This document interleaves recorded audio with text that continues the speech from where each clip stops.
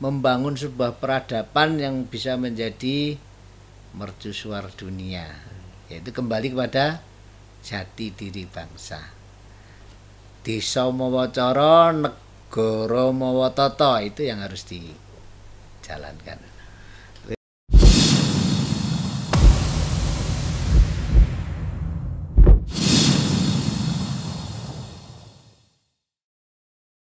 Assalamualaikum warahmatullahi wabarakatuh, pemirsa SNTV Channel. Satu hati untuk negeri, satu jiwa untuk bangsa, dan satu rasa untuk Indonesia. Kembali bersama saya Suryo di podcast Merah Putih. Tetap di podcast Merah Putih. Dan tentunya podcast Merah Putih akan selalu menampilkan hal-hal yang menarik, hal-hal yang sangat-sangat perlu diketahui, dan tentunya akan mengulik hal-hal yang baru. Dan tentunya dengan tamu-tamu yang sangat istimewa dan luar biasa. Kali ini di studio telah hadir Pak Soekarno Aji, gitu ya. Pak Soekarno Aji. Pak Soekarno Aji ini adalah seorang seniman, pencipta lagu, dan juga pemerhati budaya. Berasal dari Karanganyar, Pak. Tawangmangu. Ya. Pak Sugurau, Pak Soekarno Aji. Salam, assalamualaikum, salam rahayu. Om Swastiastu, nama budaya, salam sejahtera, salam bagi seluruh umat semesta alam. Pak, ini melihat perjalanan ataupun keadaan masyarakat negara pada sekarang ini kan banyak orang memberikan masukan, penafsiran keadaan negara sekarang ini dari segi sosial, politik, ekonomi dan sebagainya, termasuk dari budaya. Ini menurut panjenengan sebagai seorang pemerhati budaya ini bagaimana sih, Pak? Sebenarnya perjalanan, boleh dari perjalanan awal sampai sekarang ataupun keadaan sekarang. Ya kalau dilihat dari perjalanan bangsa ini, negeri ini, dulu sebelum kita merdeka sudah ada kerajaan di Sriwijaya pada 7 Masehi, kemudian di 12 Masehi itu Mojopahit. Ya itu. Nah, dari pengalaman atau sejarah yang ditulis oleh para empu, nah, itu diterangkan bahwa kejayaan Mojopahit dulu itu berakar dari sebuah apa itu namanya, kalau sama zaman sekarang ini apa ya, cara ya, yaitu dipakai dengan desa mawa cara, negara mawa tata. Ya itu. Desa mawa cara, negara mawa tata. Ya itu. Sehingga Mojopahit menjadi sebuah negara yang sangat besar hingga sampai ke telatah Thailand dan Vietnam, kan? Negeri Champa, Cempo istilahnya. Di sana itu karena Mojopahit menerapkan desa mawa cara tadi. Jadi kehidupan bermasyarakat zaman dulu itu dari segi budaya, peradaban, keyakinan, tradisi, semuanya dihargai, sehingga setiap wilayah akan bergabung kepada Mojopahit. Berarti bukan ditaklukkan secara fisik. Secara fisik kalau menaklukkan jajan sampai segitu luas kan ya bukan karena keperkasaan, tapi karena sebuah pendekatan itu tadi. Makanya yang dulu kan ini kan Bhinneka Tunggal Ika, Tanhana Dharma Mangwa, kan gitu.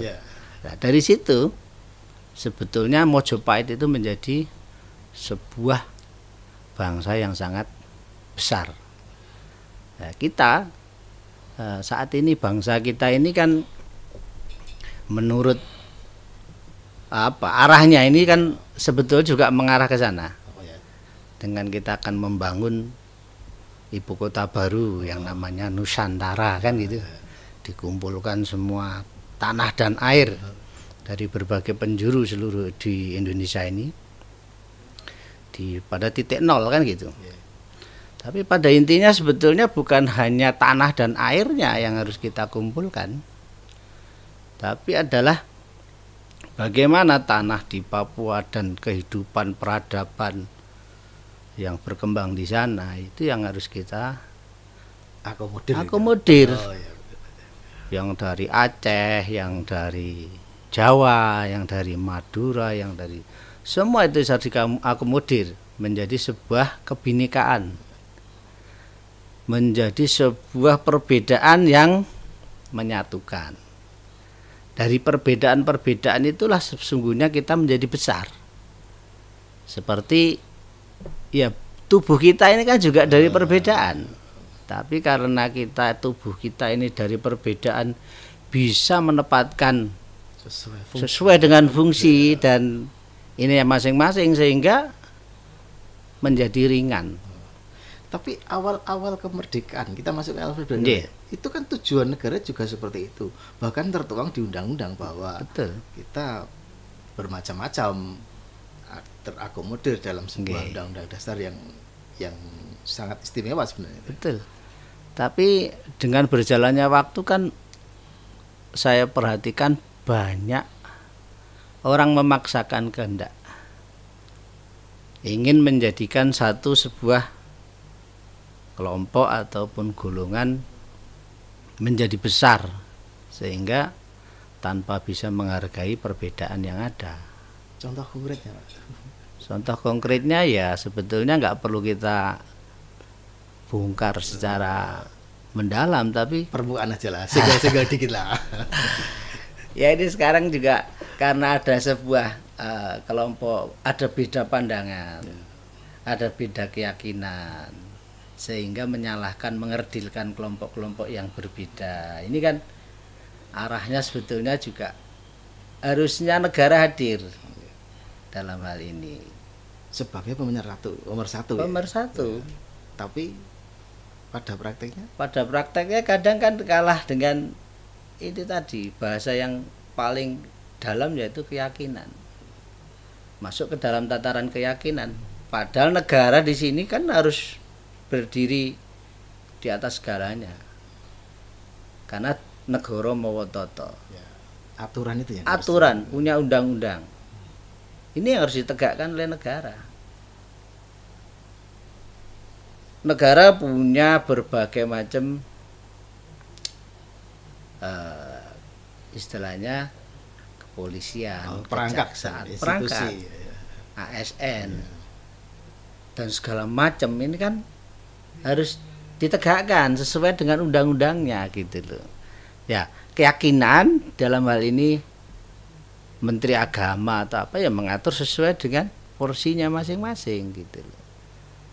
Jangankan kok hanya Menteri Agama ya, karena kita punya hak asasi gitu loh. Setiap manusia ini punya pandangan bahkan keyakinan itu berbeda-beda. Tapi tujuannya hanya satu kan, kita itu menuju kepada Tuhan sebetulnya. Intinya kan itu. Tapi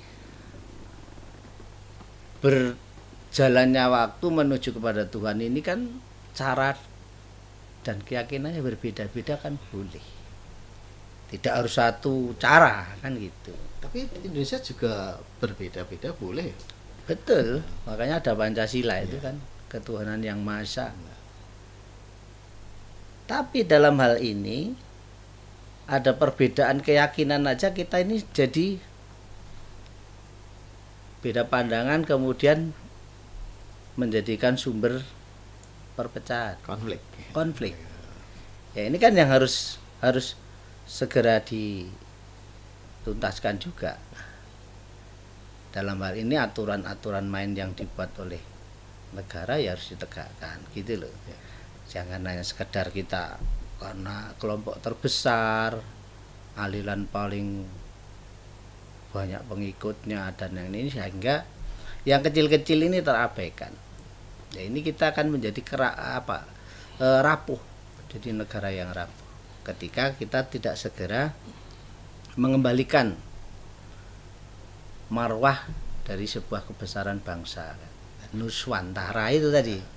Dari perspektif budaya yang sebelum negara mawa tata tadi ya, desa mawa coro tadi, sebenarnya dari ataupun dari bawah memberikan masukan kepada negara atau negara yang melakukan pengaturan?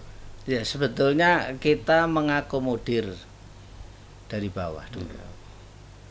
Karena di desa atau di kampung itu sebetulnya berlangsungnya sebuah kehidupan masyarakat itu sebelum masuk berbagai macam aliran-aliran yang masuk, Informasi itu maksudnya. katakanlah juga keyakinan yang masuk kan. Kita bangsa ini kan keyakinan agama ini kan masuk juga dari negara-negara lain, dari luar. Dan ini yang terkadang kurang juga bisa menghargai budaya atau keyakinan adat istiadat yang berlaku di wilayah atau di desa itu gitu. Ya, ketika ini nanti dibiarkan berlarut-larut dan terus akan terjadi konflik. Ya, sehingga yang namanya desa mawa cara. Nah, ini kan bisa hilang. Kita punya kebudayaan misalnya di daerah Tawang itu banyak. Ada Mondosio di Pancot itu. Mondosio kalau bahasa sana. Itu sebuah bentuk kegiatan budaya. Budaya, tapi ya berkeyakinan yang diyakin oleh adat istiadat desa tersebut bahwa setiap bulan itu ada bulan di sana itu terjadi adat Mondosio. Itu kan pernah terjadi konflik juga. Bentuknya apa? Ya, peristiwa budayanya bentuknya itu kayak semacam kayak kirim punden gitu ya, ada acara reok, ada semacam bersih desa ya mungkin ya, macam kayak bersih desa gitu kan. Nah itu juga karena dianggap oleh orang lain atau kelompok lain itu musyrik dan syirik itu yang terjadi, sehingga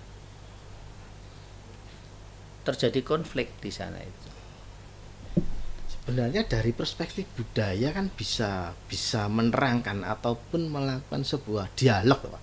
Ya, sebetulnya itu bisa dilakukan diskusi atau dialog karena itu kan menyangkut sebuah tradisi dan diyakini bahwa dari tradisi itu sendiri juga sudah berlangsung mungkin ratusan tahun kan, dan itu juga diyakini menjadi sebuah keberkahan yang ada di wilayah tersebut gitu loh.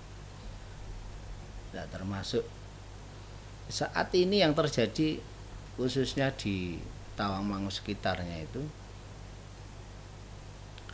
penebangan pohon besar yang dianggap punden itu sebetulnya karena mungkin salah paham atau karena paham yang salah gitu loh. Beda ya, salah paham dengan paham yang salah itu beda.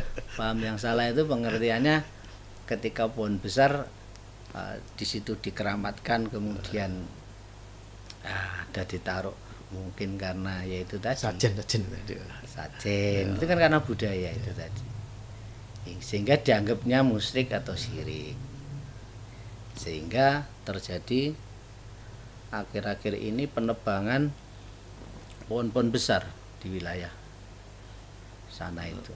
Padahal secara lingkungan itu kan mesti kan sebagai penampung air hujan itu. Betul. Saya yang tahu. Dari satu sisi mungkin nenek moyang kita ini dulu untuk menyelamatkan adanya hutan atau pohon besar ataupun hutan itu dengan di wilayah tersebut mungkin dikeramatkan. Ya dibikin angker lah, dibikin apa. Karena kalau dilarang menebang pohon karena banjir itu tidak paham loh ya. Tidak paham. Mungkin kalau dianggap itu angker, akhirnya orang kan takut gitu ya. Sehingga di situ bertahan. Karena apa? Dengan kejadian kemarin itu kita mengalami COVID-19, di mana-mana kita kekurangan tabung oksigen dan oksigennya, itu menurut saya sebuah peringatan juga oleh Tuhan melalui alam ini tuh bahwa bahwasanya kita tahu tanpa oksigen itu waduh, terus siapa hidup ini kan gitu. Juragan oksigen terbesar se-Asia aja meninggal kekurangan oksigen. Oksigen ya. Nah makanya samator itu. Pohon besar itu ketika umur 40 tahun itu baru bisa menghasilkan 1 liter oksigen. 40 tahun. 40 tahun kita bisa menunggu dia baru bisa menghasilkan 1 liter oksigen. Lah kalau kebutuhan oksigen satu wilayah, satu desa itu ketika pohon besarnya nggak ada, adanya cuma pohon di bawah umur 40 tahun, ya mau nggak mau kan oksigennya kepakai untuk pohon itu sendiri kan kebutuhannya kan gitu. Dan makhluk hidup di wilayah tersebut kan banyak. Nah sebetulnya mungkin nenek moyang kita ini dulu cara menyimpan sebuah ini tuh perimpan dengan pola-pola seperti itu. Ya mungkin karena sanepan dengan bahasa-bahasa yang disembunyikan, tidak letterlek, tuhon bahasanya itu kan sebetulnya justru kalau kita gali, kita pelajari sangat luar biasa nenek moyang kita itu memahami sebuah kehidupan alam semesta ini. Dari perspektif budaya tadi kaitan dengan tuhon dan menyimpan sebuah peringatan-peringatan buat ya. Ketika sekarang negara sudah ada negara hadir di situ, apakah tidak ada campur tangan negara untuk melakukan istilah pengkondisian lah? Oke. Ya selama ini sebenarnya bangsa kita ini kan bangsa yang sangat mandiri ya, rakyat kita ini. Bangsa kita ini sebetulnya kehadiran negara ini secara menyentuh mengena ke masyarakat itu kan ya kalau saya secara pribadi ya, negara hanya pencatatan sipil bagi saya. Negara mencatat saja ya. Hanya mencatat, tapi kenyataannya kita hidup selama ini kan sebetulnya berjuang sendiri. Rakyat kita ini sangat ulet. Bangsa kita ini sangat ulet. Dijajah berkali-kali sangat luar biasa gitu loh. Nah, mungkin negara lain dengan adanya COVID-19 kemarin kan ada yang sampai sekarang perekonomiannya juga masih kalah kabut. Tapi bangsa kita ini karena masyarakatnya sudah terbiasa dengan hidup mandiri. Kuliner digatekkan negara ya tetap aja eksis kan. Itu pertumbuhan ekonominya juga lumayan bagus. Masyarakatnya juga sebetulnya dengan adanya krisis global ya tidak ngalamin krisis. Itu kan luar biasa sebetulnya. Nah, sebetulnya bangsa kita ini kan bangsa yang sangat luar biasa dibandingkan dengan bangsa-bangsa lain gitu loh. Nah, kalau kita ini hidup mungkin bukan di bangsa Indonesia dengan situasi yang seperti ini, masyarakatnya ya mesti usahanya do tumbang kabeh kan gitu. Ya mungkin karena ada pola-pola budaya misalnya jogo tonggo kemudian saling itu. Nggih. Ya mungkin karena memang sudah terbiasa hidup mandiri. Mandiri tuh, karena terbiasa mandiri. Sudah terbiasa mandiri. Ya, kalau dalam hal ini negara tambah hadir kan tambah makmur gitu kan. Harusnya gitu loh. Ya kita yang dibutuhkan ini sebetulnya kan kehadiran bangsa atau negara ini yang nyata gitu loh di bangsa kita ini. Atau memang ini baru proses sudah 76 tahun ya, 77 tahun mungkin mendekati. Ya mudah-mudahan proses ini akan menuju proses ke yang benar gitu ya. Kita akan menjadi mercusuar dunia kan. Harapan bangsa ini Nuswantara itu nanti menjadi Nuswantara Agung gitu loh. Nuswantara sebetulnya karena Nusantara dengan Nuswantara itu berbeda. Ya ini menarik ini. Nusantara dan Nuswantara. Bedanya nanti di mana, Pak? Nusantara itu adalah di antara kepulauan. Ya. Yang saya pahami juga itu. Ya, negara itu yang Nusantara. Tapi kalau Nuswantara di antara manusia. Dari hidup di dunia ini kan antar manusia. Itulah Nuswantara. Lebih kepada pendekatan kepada manusianya. Pada perilaku manusia. Betul. Gitu. Karena kehidupan ini kan sebetulnya dimanapun kita berada manusia ini tetap sama, punya hati yang sama kan gitu. Mungkin beda kan cara pemikiran, cara ininya, tapi hati tetap sama. Nah, kita kalau untuk menjadi Nuswantara Agung atau menjadi mercusuar dunia, ya harusnya Nuswantara di antara manusia. Artinya yang diperbaiki manusia. Akhlak dan moralnya. Akhlak dan moralnya. Iya, itu yang paling utama. Iya.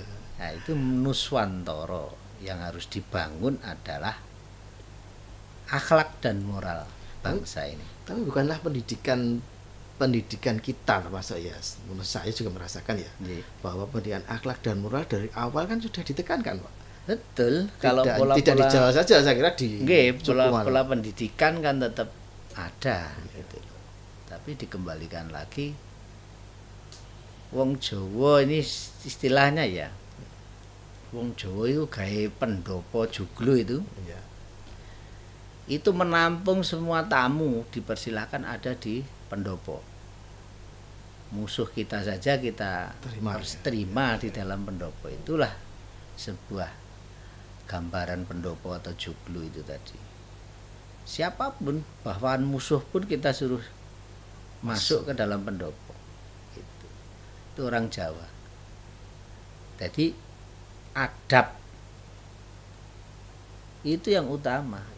Sopan santun budi pekerti luhur, moral itu sendiri sebetulnya itu kan gitu, ditata melalui agama, melalui norma-normanya kan gitu. Tapi terkadang ditata melalui itu kita melupakan nilai-nilai atau norma-norma itu sendiri. Bahwa agama menata itu kita menuju kepada budi pekerti luhur itu aslinya. Adab itu tadi sopan santun, berakhlak mulia, sebetulnya kan itu. Nah, bangsa kita ini dulu ya sudah berakhlak mulia yang sangat tinggi sebetulnya, dari sebuah peradaban yang dibangun dengan adanya kesenian budaya yang ada di bangsa ini kan dari sebuah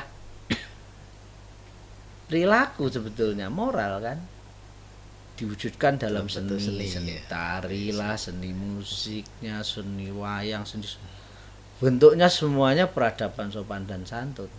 Nah, ini kan sebenarnya harusnya sudah sebagai modal, Pak, akhlak dan budi pekerti tadi. Ketika menjadi sebuah bangsa, ya menjadi karakter building, building bangsa. Betul. Ketika dalam perjalanan waktu, sekarang banyak yang mengatakan itu sangat melenceng. Ya, karena ketika diproses di mana itu? Menurut saya karena hilangnya jati diri bangsa tadi. Bangsa kita sudah punya jati diri, tapi kita diajari meniru pola budaya negara lain, peradaban negara lain. Padahal kita sudah punya yang namanya budaya yang sangat tinggi, peradaban yang sangat tinggi. Di semua wilayah kita ini kan sudah punya peradaban masing-masing yang sangat-sangat luar biasa. Dan tidak perlu mencontoh dan meniru siapa-siapa. Kita hanya kembali kepada jati diri bangsa. Anggaplah ingin menjadi sebuah negara mercusuar dunia. Kita hanya perlu kembali kepada jati diri bangsa. Itu aja. Karena Soekarno itu juga mendirikan bangsa ini modalnya apa sih sebetulnya? Karakter tadi loh. Kita di seluruh kepulauan, di seluruh Nuswantara ini mempunyai berbagai macam sisi manusia, budayanya, dengan peradaban, dengan segala macam.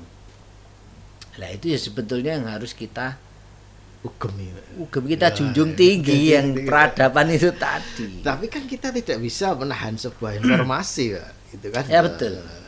Nah, di sini yang harus digarisbawahi ya bahwa kita tidak juga bisa menahan yang namanya globalisasi. Tapi kalau kita wong Jawa aja nganti ilang Jawane kan semboyannya itu, Pak.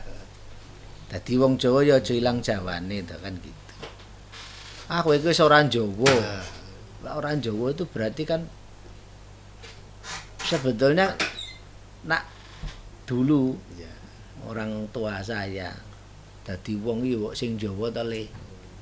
Lah bahasa sing Jawa itu sebetulnya itu kan ya kita sama orang yang di bawah kita atau adik-adik kita. Mbok sing Jawa karo adike ya kita suruh ngomong kudu iso mapanke, ngepanke kan gitu. Ngepan papan dimanapun tempat, lewat di depan orang tua yang lebih tua ya kita menunduk, kita berhadapan dengan orang yang lebih tua ya kita menghargai, menghormati. Nah, itu yang namanya Jawa. Wong Jawa ya aja ilang jawane. Sebetulnya sebab apa? Ya peradaban. Budi pekerti luhur itu intinya. Nah, itu sebagai dasar berdirinya negara ini. Bung Karno itu sudah menyatakan bahwa karakter building bangsa ini duwe sebuah modal yang sangat luar biasa yang dimiliki oleh bangsa ini. Kita mempunyai jati diri bangsa. Nah, ketika jati diri bangsa ini nanti hilang, pelan-pelan terkikis oleh peradaban-peradaban bangsa lain yang melalui agama, yang melalui budaya luar, melalui internet, informasi dan yang lain-lain ya. Mau bicara apa kita kalau sudah itu hilang? Tapi sebenarnya kan tidak anti juga tuh Pak dengan informasi. Oh tidak. Yang namanya kita berbudi pekerti luhur kan tidak menutup kemungkinan bahwa yang baik-baik ya tetap harus kita pakai gitu loh. Tapi kan kita ini sebetulnya juga punya dasar yang sudah kuat. Bangsanya ini tadi sudah bangsa yang punya budi pekerti luhur itu tadi loh. Nah, itu yang menjadi acuan sebetulnya bagaimana kita akan menjadi bangsa yang besar ketika bisa mempertahankan jati diri bangsa. Secara pribadi Pak Soekarno Haji, kondisi sekarang itu sudah melencengkah atau sudah rapuhkah ini tadi ya? Karakter buildingnya ini tadi. Kalau menurut saya ya rapuh ya sekarang ini. Melenceng belum ya? Kalau melenceng ya belum, itu kan tergantung kembali kepada ini lagi akhlak moral masing-masing ya. Tapi masih banyak sih ya, kayak di kepulauan kita nih, kayak di Bali yang begitu kental dan kuatnya mempertahankan sebuah budaya tradisi dan jati diri bangsanya, itu bisa menjadi sebuah contoh sih. Nah, di Jawa juga masih banyak sih yang orang memakai jati dirinya itu ngugemi budaya, ngugemi budaya masih banyak. Orang Jawa sing ora ilang Jawane itu masih banyak. Negara yang hadir ini tadi Pak, negara yang hadir di ketika untuk perbaikan rakyatnya itu tadi. Ini menurut perspektif budaya sudah pas belum ini kan Pak? Ya. Saya tidak ngomong politik ini, tidak ngomong politik. Sebetulnya melalui aparaturnya ya sudah berbagai cara dilakukan juga oleh negara kan gitu. Dengan programnya, dengan segala macam yang telah dilakukan, tapi terkadang nilai-nilai yang tersentuh ini masih kurang. Program mungkin dari presiden dan kementerian semuanya digelontorkan termasuk dana, pola dan cara, tapi kadang kan praktek di lapangannya kurang menyentuh kalau menurut saya nilai-nilainya. Padahal itu juga untuk menguatkan karakter building ya. Betul. Sebetulnya menguatkan karakter building bangsa ini ya dikembalikan aja di Somowocoro tadi. Negara harus langsung masuk menyentuh kepada pendekatan kepada desa. Tidak melalui proses panjang-panjang yang dari kementerian, enggak usah. Kayak dana desa digelontorkan ke dana desa lah. Bentuknya sebenarnya simpel sih, kayak ada acara bersih dusun, Ya. rasulan, pembiayaan selama ini kan masyarakat ditarik iuran. Biasanya apa? Ayo kita mengadakan ini ya, iuran masing-masing kena berapa. Ya kan, setiap kakak kena sekian sekian dengan biaya untuk apa? Misalnya mengadakan wayangan atau mengadakan bentuk kebudayaan yang lain. Nah, itu kan kalau negara itu bisa membackup itu aja kan meringankan rakyat, dan rakyat itu sebagai pelaku lebih ringan menjalankan sebuah proses budaya termasuk mempertahankan jati diri bangsa. Artinya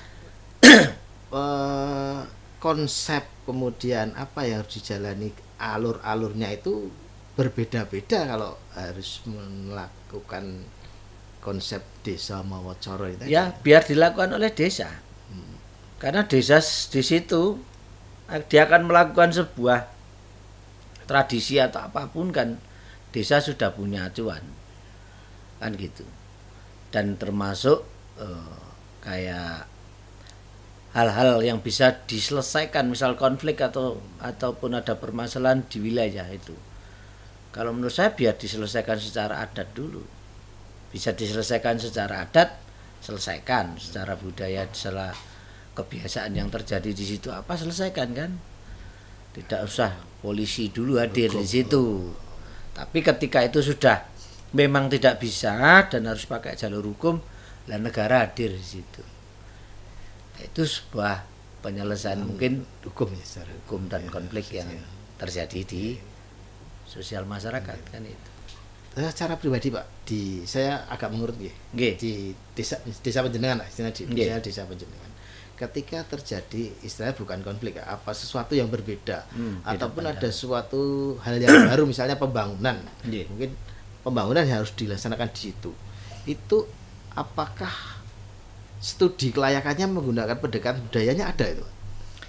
Ya, yang sebetulnya pernah dengan pengalaman juga. Sebetulnya ada juga. Misalnya dana desa ya kemarin yang berlaku di situ semuanya dikaryakan kan gitu. Ya. Tuh. Tapi kalau dipikir-pikir ini nanti dengan pola yang dilakukan itu manual semua, ya kesuwen kan gitu.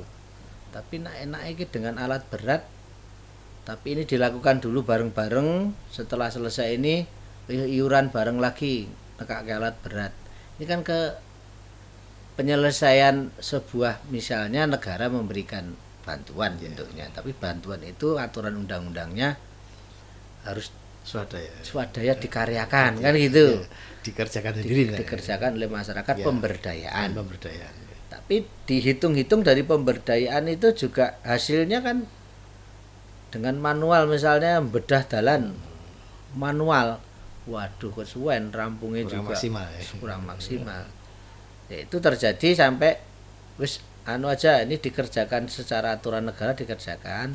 Wis setelah selesai ini ayo kita iuran bareng lagi, nyewa eskavator untuk ini ya, seperti itu. Itu terjadi juga di wilayah saya untuk bagaimana aturan negara, ada aturan undang-undang yang mengatur, tapi diselesaikan di masyarakat supaya juga sama-sama jalan dan enak. Ada musyawarah tadi. Itu kan desa juga punya cara gitu. Desa Mawacoro tadi. Mawacoro dengan adanya saiki teknologi mosok kita manual nganggo pacul kapan rampunge kan gitu. Hal-hal semacam itu dalam hal pekerjaan misalnya. Tapi dalam hal budaya semuanya kan sudah punya ini masing-masing di daerah itu. Misalnya ya ahli budaya di situ, sing tukang noto sesajen, sing tukang apa, semuanya kan sudah ada. Dan itu berlangsung mungkin kan karena setiap tahun ada, ya mokoi yang orang-orang itu kan gitu. Dan itu sudah nggak perlu diatur oleh negara. Wong desa sing ngatur gitu. Tapi di sini kalau negara hadir, pembiayaanmu piro tuh kayak gitu. Ada acara budaya kayak gini. Bisa digelontorkan oleh negara kan lebih efektif, lebih bermanfaat, dan ini bisa menjadi sebuah wajah wajah bangsa ini loh yang sebetulnya kaya akan tradisi dan budaya Yang dan perlu ditampilkan itu. ya, dan jati diri bangsa akan muncul dari situ. Kita tidak akan menjadi negara yang minder seolah-olah kita negara terbelakang. Padahal kita ini bukan negara terbelakang gitu loh.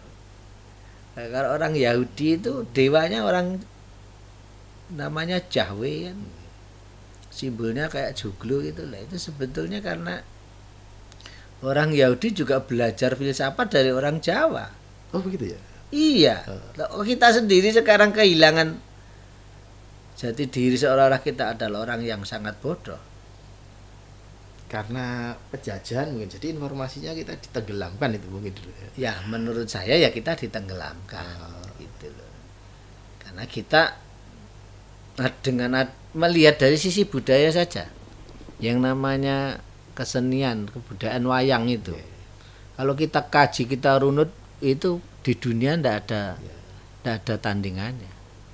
Ada tari, ada nyanyi, Ada musik, seni tari, seni musik, seni ukir, seni, wah semuanya ada kumpul di situ. Paduan dari berbagai macam budaya yang ditampilkan oleh bangsa ini, ya khususnya yang dari wayang itu sangat luar biasa.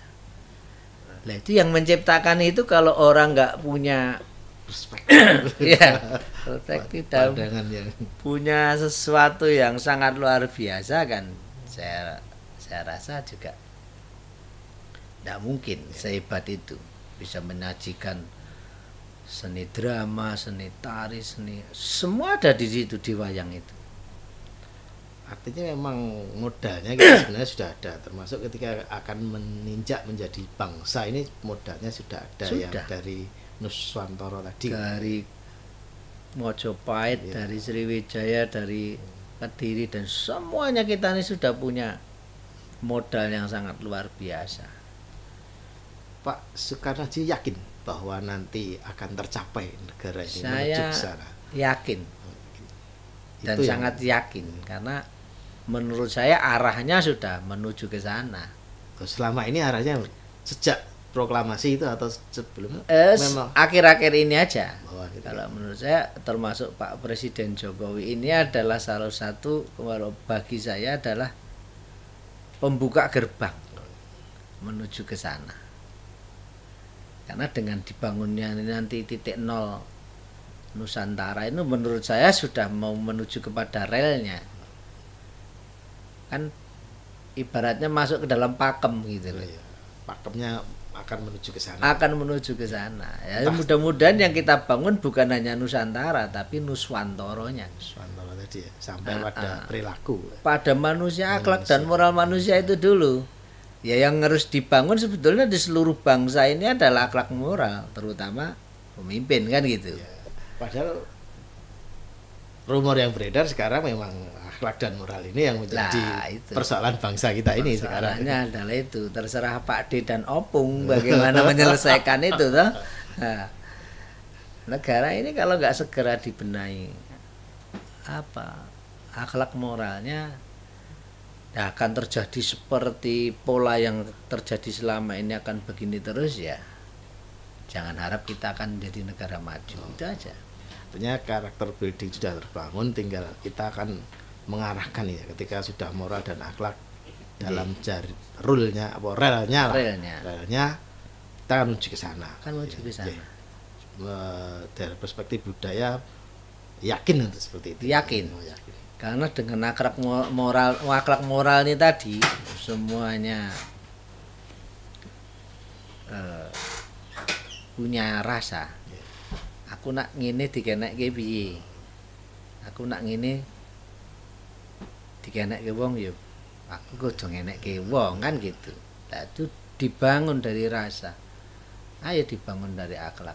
Dengan pola apa? Terserah.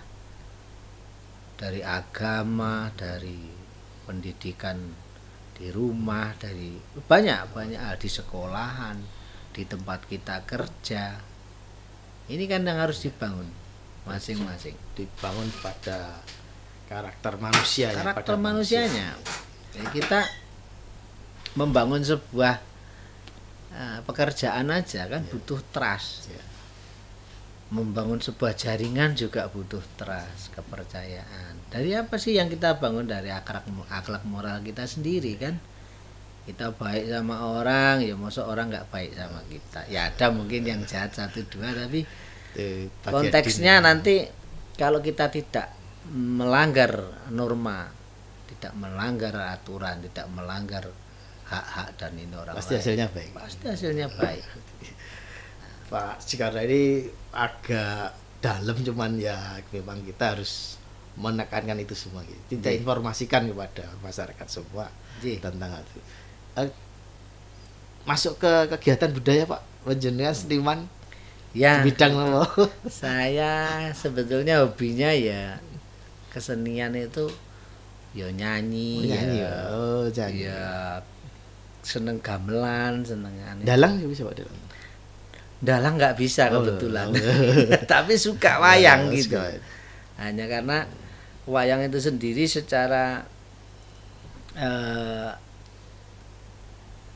apa ya, di dalam kandungan wayang itu sangat luar biasa. Jadi sebuah Seni lakon. adi Itu kalau mau mengupas sebuah lakon wayang itu sebetulnya kan di kehidupan kita sendiri ada cerminan itu. cerminan dari kita jejer sampai tancap kayon itu kan pakemnya kan jelas ya. Ini jejeran sini menggambarkan tentang ini, kemudian masuk ke perang gagal, terus kemudian masuk neng apa Sewanan dan sebagainya. kita ke kalau bilangnya kan goro-goro ya kan, terus Bambangan Cakil, terus anu sampai tancap kayon itu kan fase kehidupan sebetulnya.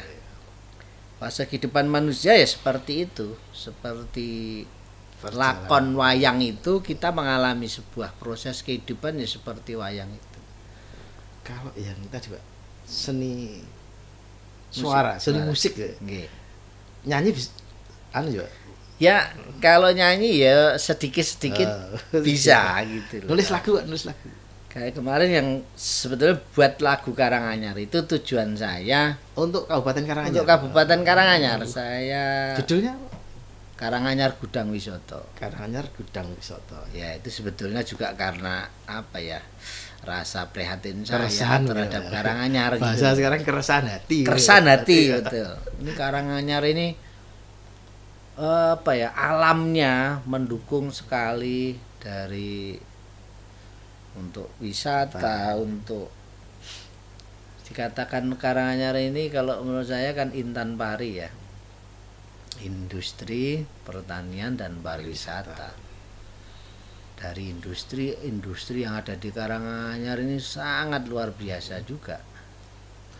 Tapi yang dijadikan lagu yang gudang wisata tadi. Nggih, karena Karanganyar saya gudang angkat wisata. dari alamnya ya. Iya. Saya sangat kagum dengan alam Karanganyar.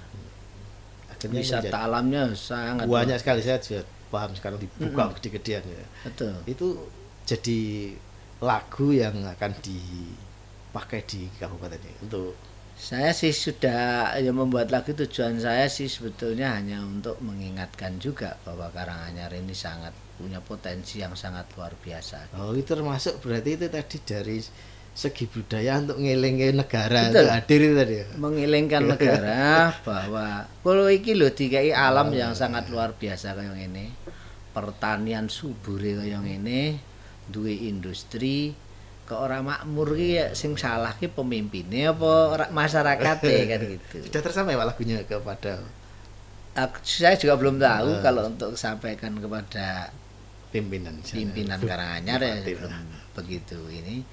Pada intinya saya sebut pesan moral saya terhadap Karanganyar ini. Kalau Karanganyar ki rakyatnya ora makmuri jane yo ngisi-ngisi ngono ae gitu. Sudah di-download keluar di YouTube Ya sudah. di YouTube sudah Oh, ada. iya. Nah, nanti Sudah di YouTube dicari ya Karanganyar Gudang Wisata Ya. Pak Soekarno. Yang nyanyi penjenengan Pak? saya sendiri. Oh, nyanyi juga, nanti. Pak. Klipnya di mana Pak itu? Saya klipnya kebetulan ada di semua Tempat wisata? wisata yang Wis, wisata termasuk wisata religi saya pakai ya, kayak di Candi Suko, Candi Seto, Telaga Madirdo. Telaga Madirdo di mana itu Pak? Telaga Madirdo itu adanya di ya Karanganyar juga, cuman sebelah arah ke Muning itu. Oh, arah Kemuning. Nggih. Nah, terus Saya tahunya Tangmangu Cemoro Sewu. Grujukan Sewu.